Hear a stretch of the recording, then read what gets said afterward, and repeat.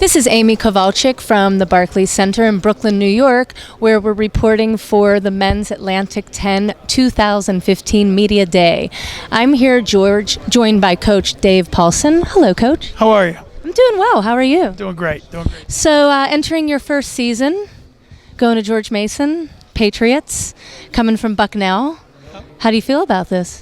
Well, it's exciting. You know, it was really exciting until I saw the projection where we're picked 13th in the league. So then that got a little scary, but it's a great opportunity. George Mason has a rich tradition of success. This will be the 10th anniversary of Mason's run to the Final Four.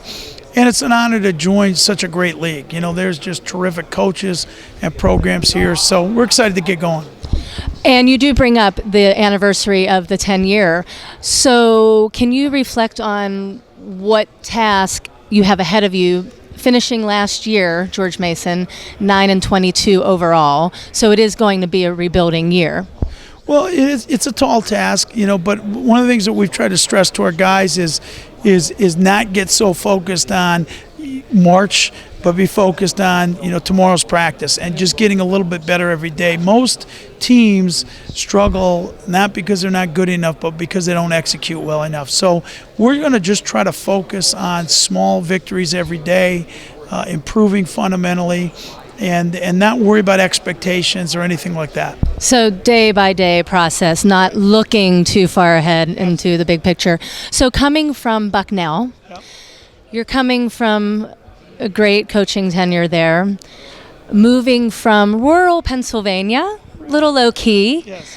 to a much faster-paced atmosphere, Metro DC. Fairfax still rural, but what are your thoughts on the transitioning, going from Patriot League to Atlantic 10, where it will be a bit more fast-paced, maybe a little more media coverage? Thoughts on that, Coach?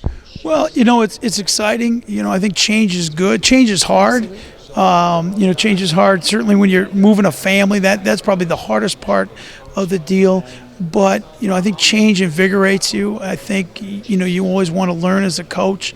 And I think the exposure to the Atlantic 10 and the great coaching is going to make me a better coach. And I think being right in the doorstep of Washington, D.C., you know, I love our location. Fairfax is a great town. It's vibrant in its own right. But in 25, 30 minutes, you can be downtown D.C. for we've gone to a Capitals game, we've gone to a Nationals game, gone to a couple concerts, art museums, out for dinner. So, you know, there's a vibrancy there that's really kind of really enlightening. So the family is excited for this move. Well, it depends what day you talk about. I've got 3 adolescent daughters, so that's up and down from day to day. What's the age range? We've got 20, 16, and 13. All girls, yeah. All girls? All girls. I'm youngest of 3 girls, so I feel you. I know what my father has gone through. Absolutely. So, but to go back though quickly, so with the back-to-back 20-loss season, what are you trying to bring in for these kids coming into the season to give them the mental push, the boost? Because that is a tough task for you to go forward. It is, and it was compounded by the fact that, you know, we only had 6 returning players and we have 6 freshmen. So we're very, you know, the freshmen are young and they don't know really what to expect. And the veterans aren't veterans in my system. But, you know, there are some areas where if we can just become more fundamentally sound, we can make significant progress. We're the worst team in the conference in our turnover ratio. So we turn the ball over way too much. And that's, you know, some of that is a competition, but a lot of that is internal, unforced turnovers. You know, we didn't shoot free throws at a high enough percentage. We fouled too much. So there's things that we can do, and that's what we're trying to focus on, the process and making incremental improvements every day. And Coach, if I can ask you too, a lot of talk today, the new 30-second shot clock rule. Thoughts on that? How do you feel about it? Because fans, coaches alike, feeling not enough points being scored. So do you think this will be a good thing moving forward? I think it will not have much of an impact on scoring.